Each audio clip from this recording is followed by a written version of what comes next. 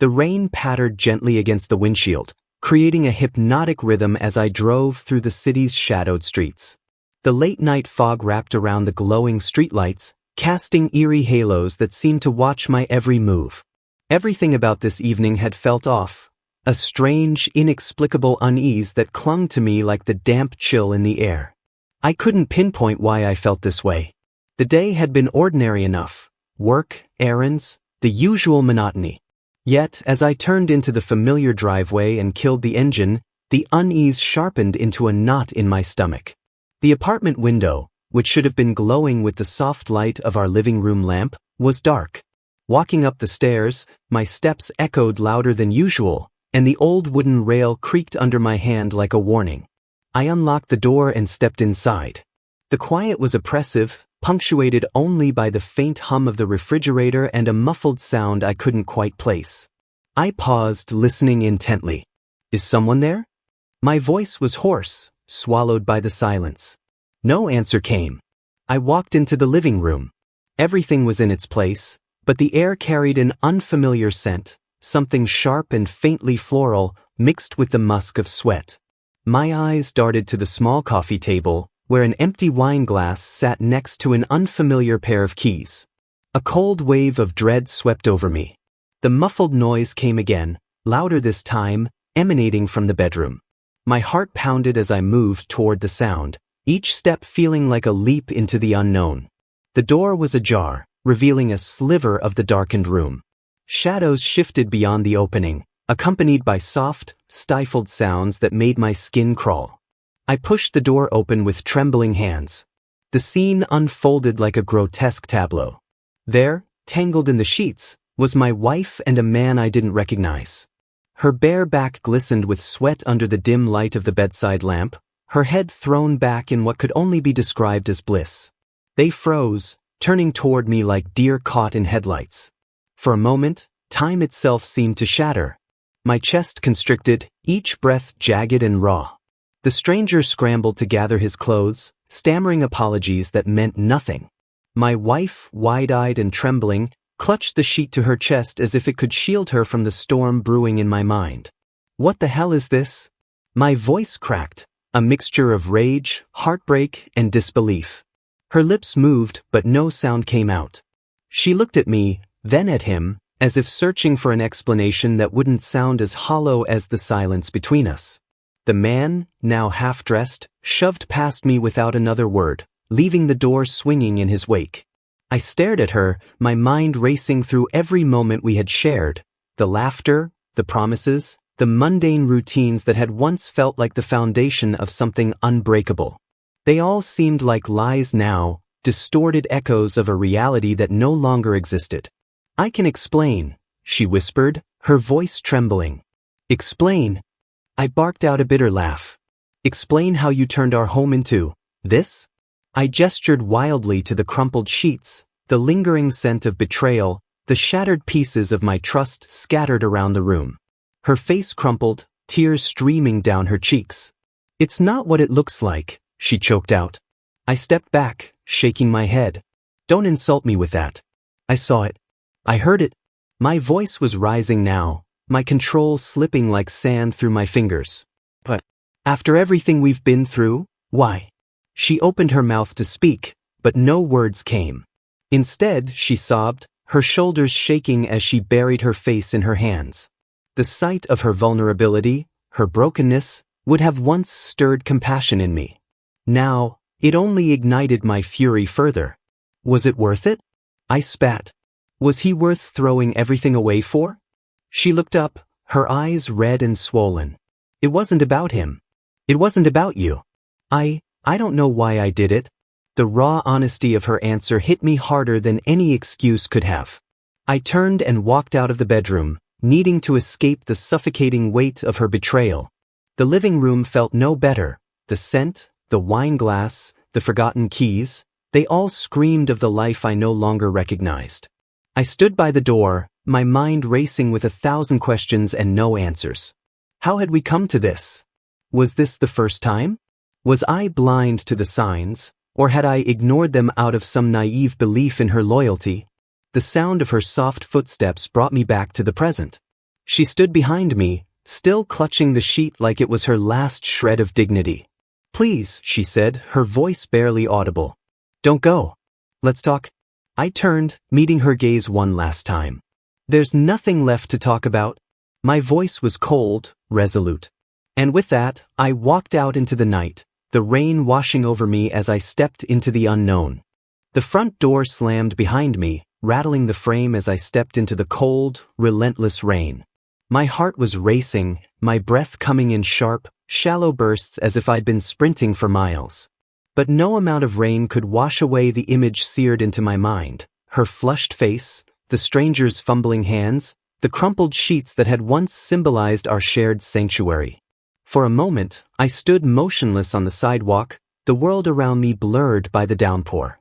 My fists clenched and unclenched, nails biting into my palms as I tried to wrestle with the storm of emotions roaring inside me: anger, betrayal, humiliation. Every breath felt like an ember stoking the fire in my chest. The betrayal wasn't just an act. It was the desecration of the promises we had whispered in the quiet of our shared nights, the life we had built together, brick by fragile brick. And now, in one devastating moment, it was all rubble. I don't remember walking back into the apartment. My body moved on its own, driven by the primal need for answers. As I entered, the sound of her soft crying reached me first, a pitiful, broken sound that might have once stirred pity in me. But not now. The bedroom door loomed ahead, still ajar. A sliver of light spilled out, cutting a jagged path across the darkened hallway. I pushed it open fully, and there she was, still perched on the edge of the bed, her face buried in her hands. She was dressed now, or as close to dressed as she could manage, wearing the oversized t-shirt she always stole from me to sleep in. It felt like mockery. Her head snapped up as I entered, her tear-streaked face a mask of desperation.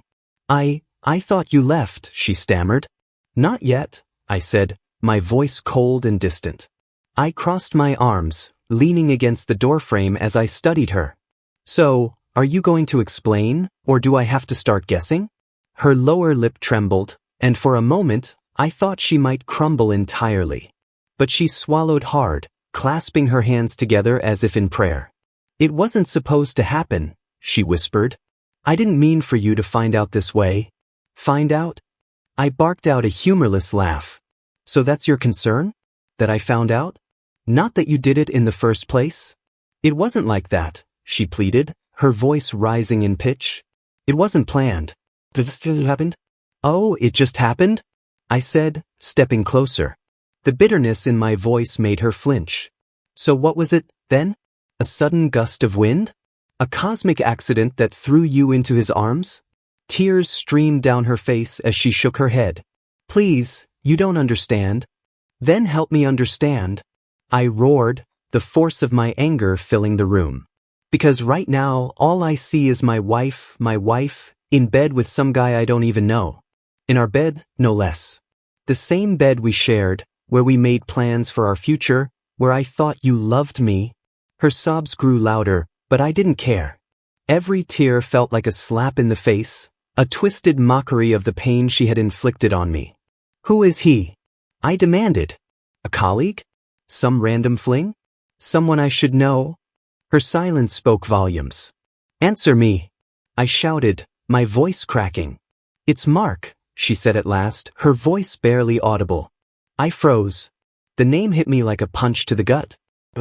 My coworker. My friend. The man who had been in my home countless times, laughing over beers and joking about work. The betrayal doubled in weight, crushing me from all sides. "Mark," I repeated, the word tasting like bile. "Mark. Of course, it's Mark. Why not him? He's charming, right? Funny? Always knows the right thing to say. Did he tell you he'd treat you better? Make you feel special?" She winced, looking away. Her silence was answer enough. "Did it start here?" I asked, my voice dropping to a dangerous whisper. "Or was it at work? Did you sneak around behind my back while I was pulling late nights for us? While I was trying to build a future for us?" Her head snapped up, her eyes wide with panic. "No, it wasn't like that, I swear. It only happened a few times. I didn't mean for it to go this far." "This far?" I echoed. My laugh was cold, hollow. So what? You were planning to stop? To keep playing house while sneaking off with him whenever you felt bored? Or were you hoping I'd stay blind forever? She opened her mouth, but no words came. The silence between us stretched, thick and suffocating. I trusted you, I said, my voice breaking. I trusted you with everything. My heart, my life, my dreams. And you threw it all away. For what? For a cheap thrill? For someone who doesn't even have the decency to face me after what he's done. I'm sorry, she whispered, her voice raw with anguish. Sorry? I said, stepping back. Sorry doesn't even begin to cover it. You don't get to be sorry. Not now. Not after this. The weight of the betrayal crushed me anew. I felt the walls closing in, the air too thick to breathe. I turned on my heel, storming out of the room. She called after me, her voice desperate, but I didn't look back. In the living room, the remnants of their betrayal stared back at me, the empty wine glass, the pair of keys that didn't belong to me. I grabbed the keys, turning them over in my hand as if they held answers. They felt heavy, wrong, like physical proof of the life I no longer recognized.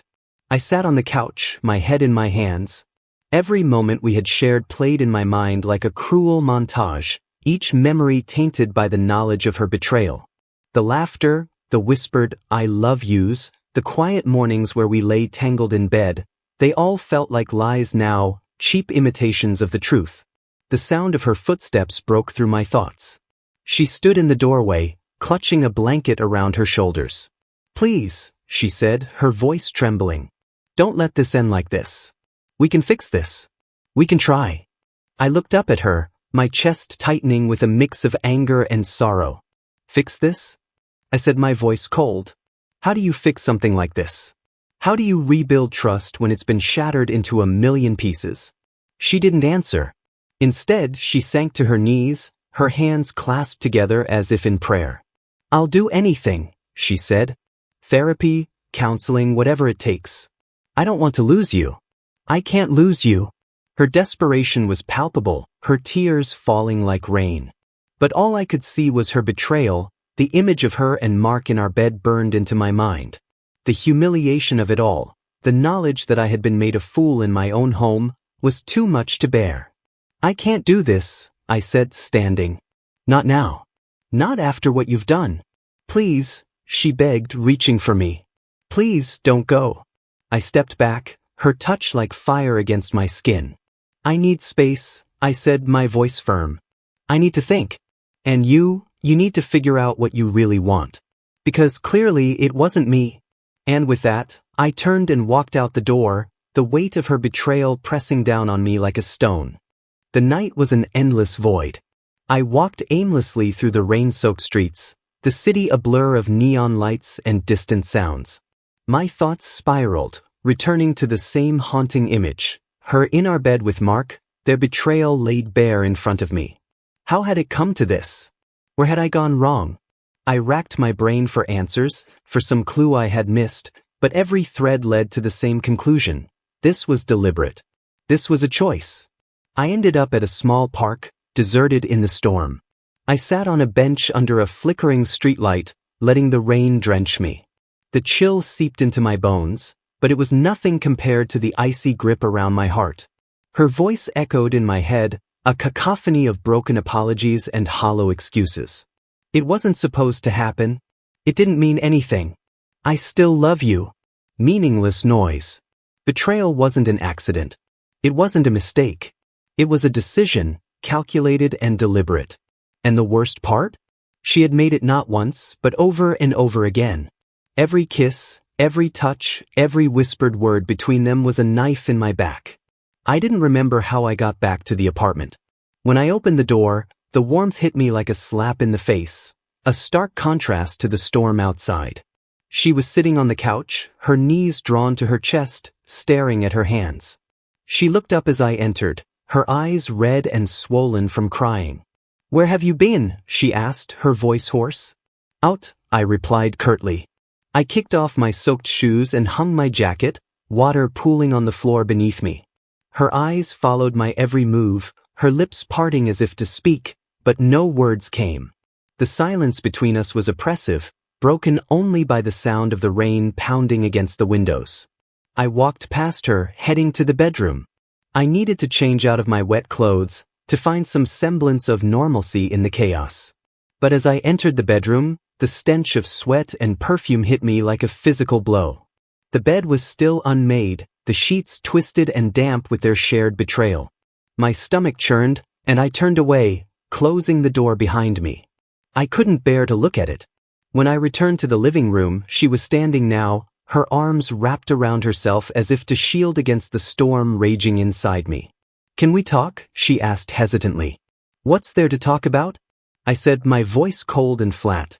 "You cheated. You lied. End of story." "It's not that simple," she said, taking a tentative step toward me. "Please, let me explain." I laughed bitterly, the sound harsh in the quiet room.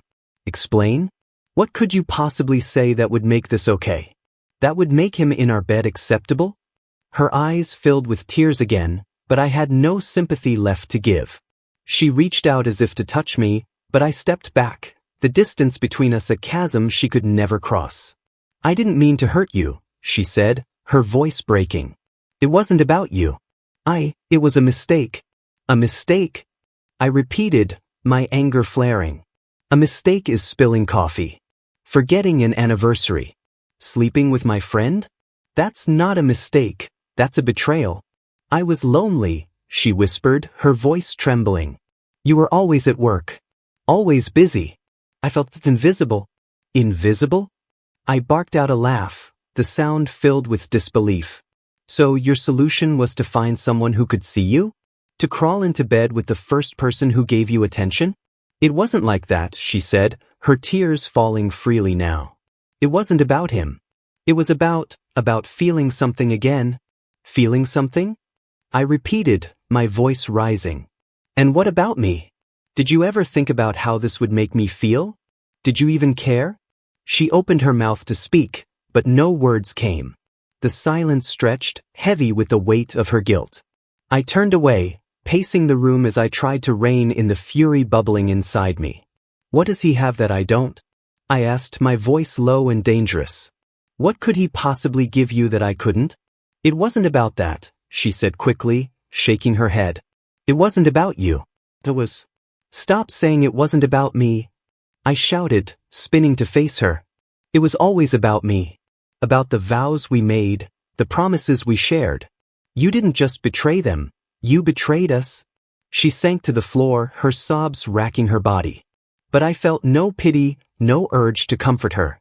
All I felt was the deep, gnawing pain of her betrayal. The sound of the doorbell shattered the silence. We both froze, our eyes meeting in a moment of shared dread. I didn't need to ask who it was. The weight of the keys I had found earlier told me everything I needed to know. "Don't," she whispered, her voice panicked. "Don't answer it." But I was already moving. I crossed the room in 3 long strides, my heart pounding as I yanked the door open. And there he was. Mark stood in the hallway, drenched from the rain, his face pale and drawn. His eyes flicked to mine, then to her, before quickly looking away. I just wanted to check if she was okay," he stammered. "Check if she's okay?" I repeated, stepping into the hallway and closing the door behind me. "Are you serious right now?" He swallowed hard, his atoms apple bobbing. "Look, man, don't," I said, cutting him off. "Don't man me. Don't pretend like we're friends. You don't get to do that anymore." "I didn't mean for this to happen," he said, his voice barely above a whisper. It got out of hand." "Got out of hand?" I said, my voice dripping with venom. "So what? You tripped and fell into my wife's bed?" "It's not like that," he said quickly, his hands raised in a placating gesture. It started as a mistake and then—" "Stop," I said, my voice deadly calm. "Just stop. I don't want to hear your excuses. I don't want to hear anything from you." He flinched, his eyes darting to the closed door behind me. "Please let me talk to her. I need to—" "You need to leave," I said, stepping closer. The tension crackled between us like a live wire. "You've done enough damage. Now go." For a moment, he hesitated, his eyes pleading. But then he nodded, turning and walking away, his shoulders slumped in defeat. I watched him until he disappeared into the rain, my fists clenched so tightly my knuckles turned white. When I re-entered the apartment, she was still on the floor, her face buried in her hands. The sight of her filled me with equal parts rage and sorrow. I wanted to scream, to break something, to make her feel even a fraction of the pain she had caused me. Instead, I walked past her, heading to the bedroom. I grabbed an overnight bag and began throwing clothes into it, my movements sharp and precise. "What are you doing?" she asked, her voice trembling. "I can't stay here," I said without looking at her. "Not with you. Not after this." "Please," she said, crawling toward me. "Please don't go. We can fix this. I'll do whatever it takes." I zipped the bag and slung it over my shoulder. "You can't fix this," I said, my voice cold and final. "Some things can't be undone."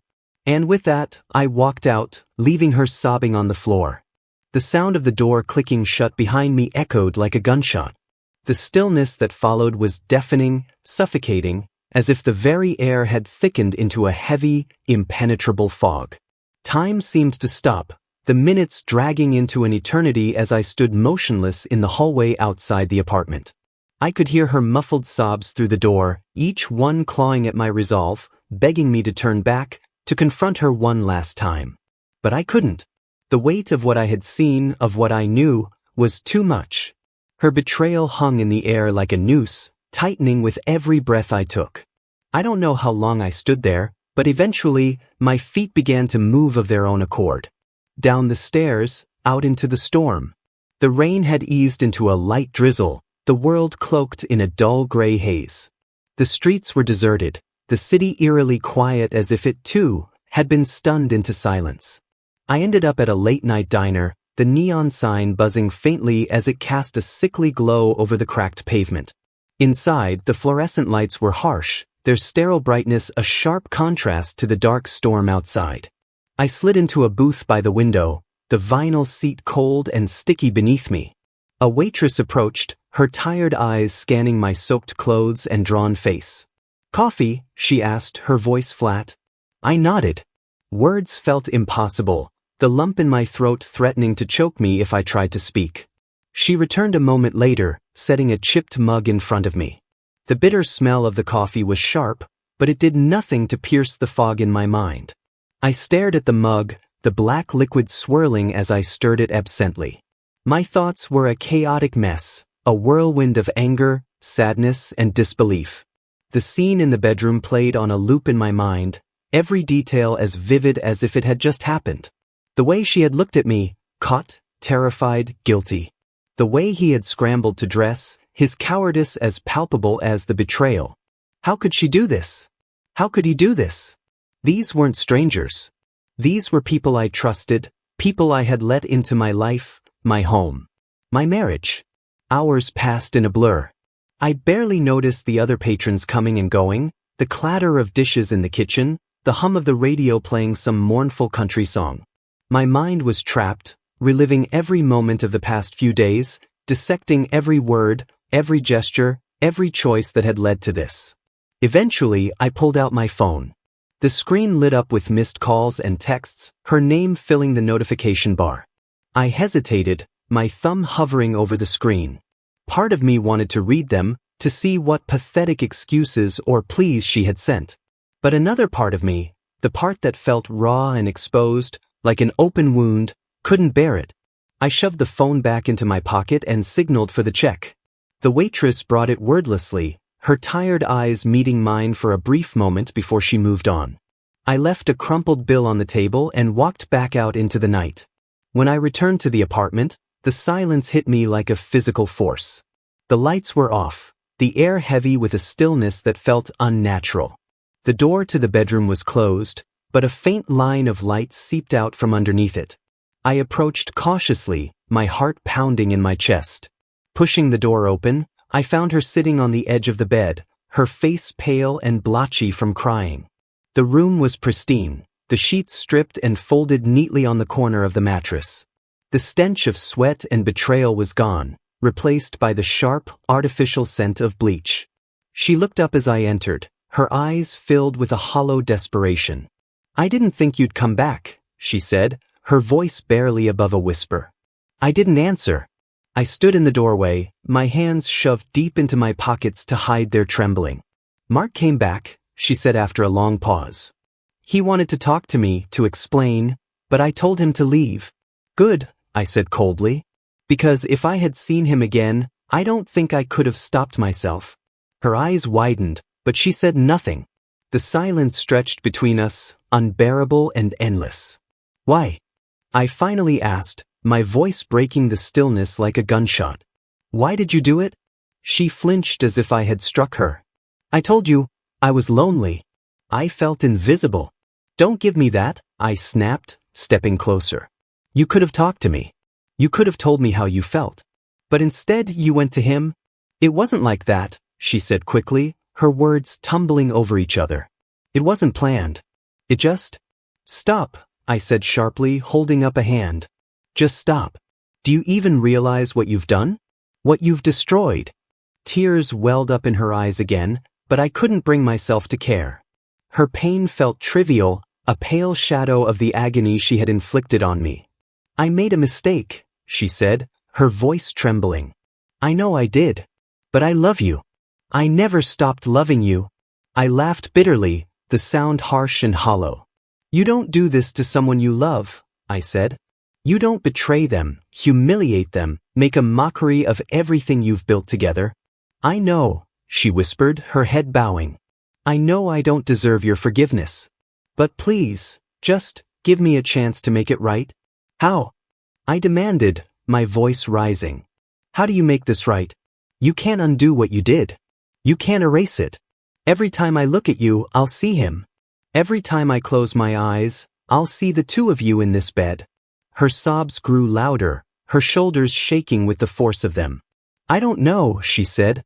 "I don't know how to fix this. But I want to try. I want to fight for us." I stared at her, my chest tight with conflicting emotions. I wanted to believe her, to cling to the hope that we could somehow rebuild what she had destroyed. But the weight of her betrayal was too heavy, the scars too deep.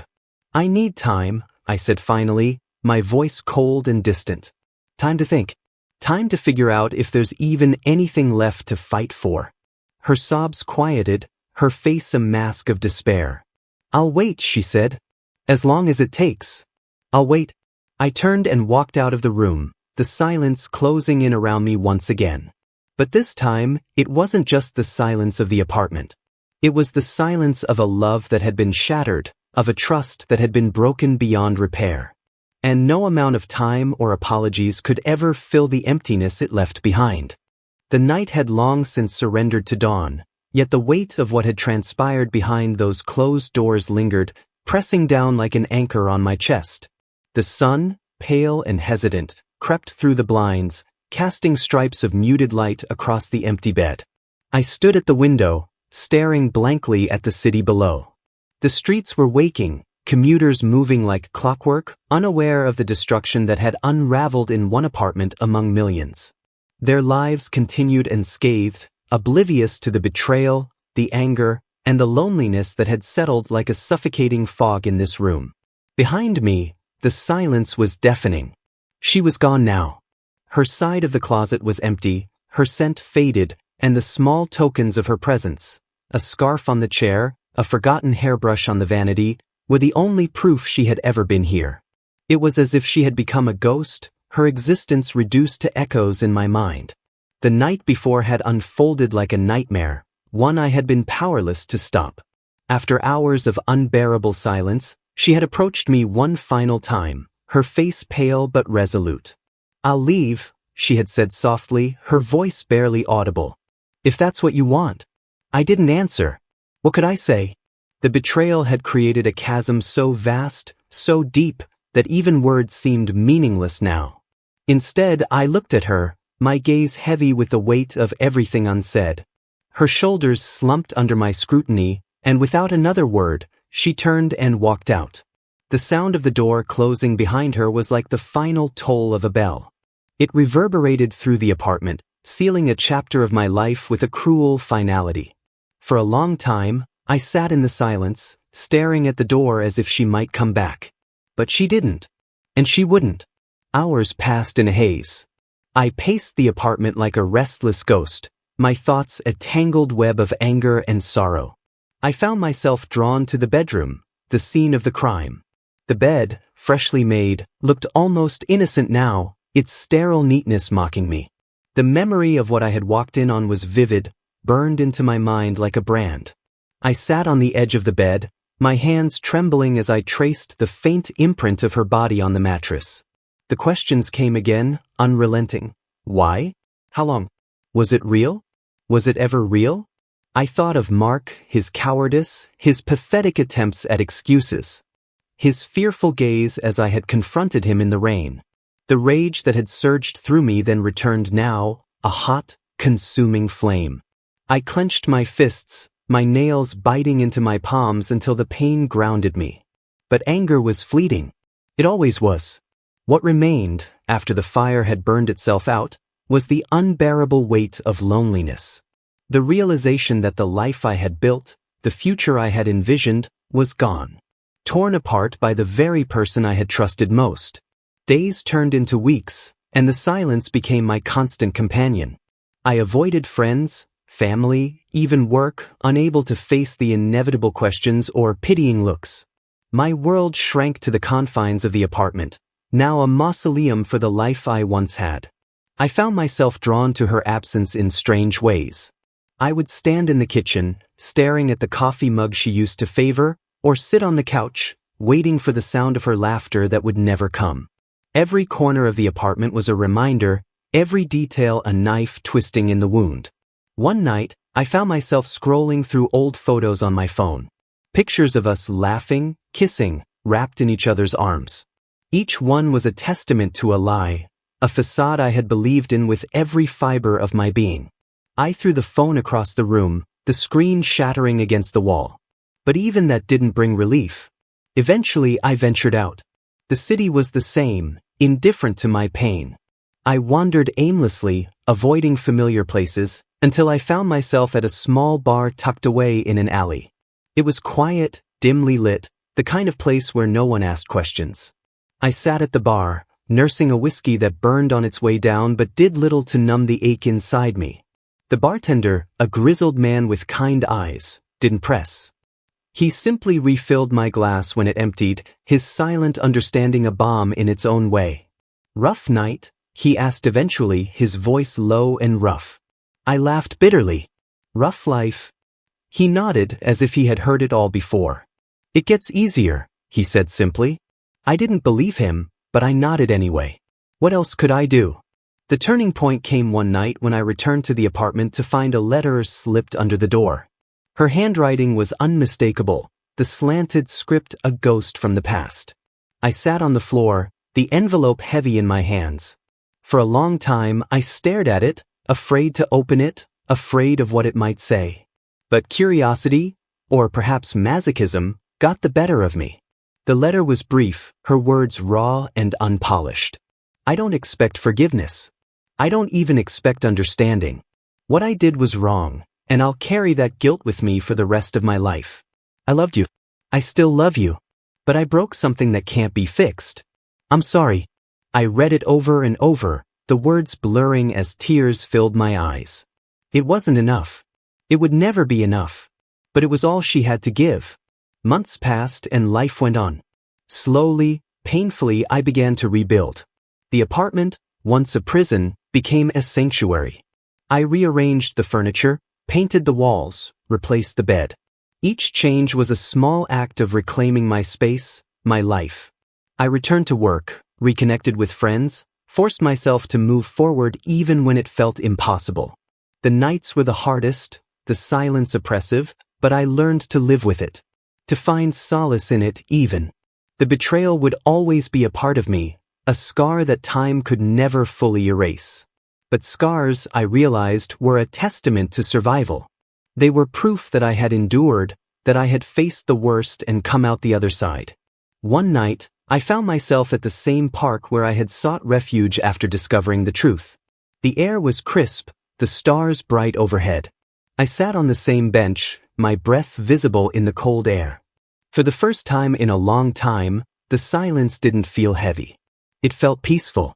The night that had shattered my life would always remain in my memory, a dark stain on my heart. But it no longer defined me. It was a chapter, a painful, brutal chapter, but it wasn't the whole story. And for the first time, I felt ready to start writing the next one. What did you think about the story? Have you ever experienced betrayal in your own life, whether from a partner, a friend, or someone you trusted deeply? If you're comfortable, share your thoughts and experiences in the comments. Sometimes, sharing can be a powerful step toward understanding and healing. Please know how important you are to us and how much we value each and every one of you for taking the time to engage with this story. Your thoughts and insights are what make this journey meaningful. If you enjoyed the story or found it compelling, consider subscribing and liking to support more stories like this one. Wishing you a day filled with strength, kindness, and a reminder of your worth. Thank you for being here.